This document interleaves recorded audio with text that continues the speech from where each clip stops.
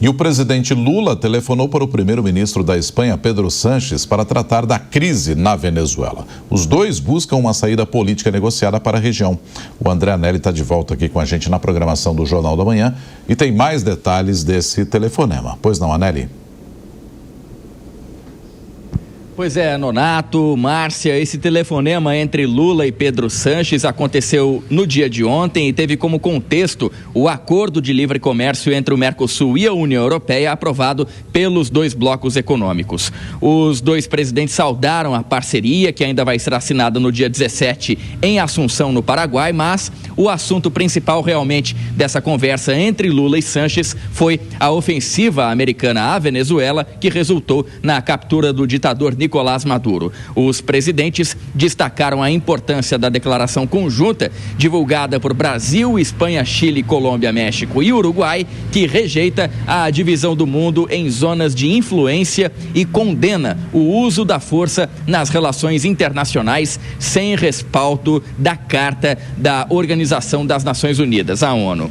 Eles também têm articulado uma saída política negociada para a Venezuela. A gente relembra que um dia antes de falar com Sánchez, Lula já havia conversado com líderes da Colômbia, Gustavo Petro, do México, Cláudia Sheinbaum, e do Canadá, com o primeiro-ministro Mark Carney. Em todas as ocasiões, o assunto principal foi a questão da Venezuela, com a concordância de que as ações americanas constituem um precedente extremamente perigoso para a paz e a segurança da América Latina. Nonato, Márcia. Perfeito. André Anelli, direto de Brasília, atualizando para a gente essas informações. Obrigado, viu, Anelli? A gente vai repercutir isso com o Henrique Kriegner e também o Gesualdo Almeida, que estão analisando os principais assuntos nesta manhã. O Kriegner, a Espanha, na qual o Edmundo Gonçalves acabou sendo exilado após a eleição na qual ele saiu derrotado, né, contestando, mas o Maduro acabou ficando no poder mesmo com sinais de que teria sido uma eleição alterada. E aí ele foi se exilar na Espanha. Então a Espanha tem muita ligação também com a Venezuela. O que é que significa esse encontro do Lula com o Pedro Sánchez e até essa articulação toda que o Anelli citou com outros países também integrando esse momento venezuelano, o Kriegner? Nonato, a Espanha tem se posicionado de uma maneira procurando parceiros e ter um protagonismo nessa história. Isso é bem verdade. Foi feita uma aproximação junto ao Vaticano, foi feita uma aproximação junto à Rússia e diferentes outros atores do cenário internacional. Agora, no ponto de vista do Brasil, o presidente Lula busca essa oportunidade aí de diálogo ou uma construção de um caminho, só que essa não deve ser uma jornada que vai ser muito próspera não, viu, Nonato? Porque justamente esse diálogo tem sido buscado pelos Estados Unidos com outros players, que não são os players latino-americanos. Quais players são esses? Nós estamos falando de Rússia e estamos falando também de China. Nesse momento, o que o presidente americano mais quer, e isso foi declarado pelo secretário Marco Rubio, é garantir que no hemisfério das Américas, e isso envolvendo também a Europa Ocidental, o governo russo e o governo chinês não tenham tamanha influência.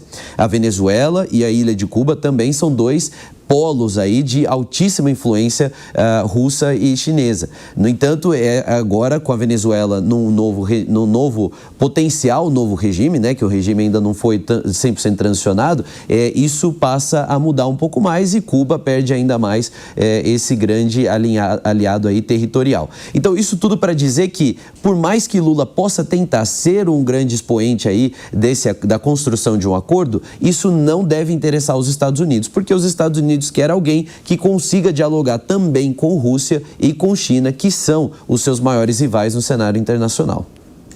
Gesualdo Almeida, a gente lembra que Lula vem sendo muito criticado, né, pela oposição porque tinha uma relação com o Nicolás Maduro, né? Chegou a receber, inclusive, o presidente venezuelano aqui com honrarias de Estado, com tapete vermelho.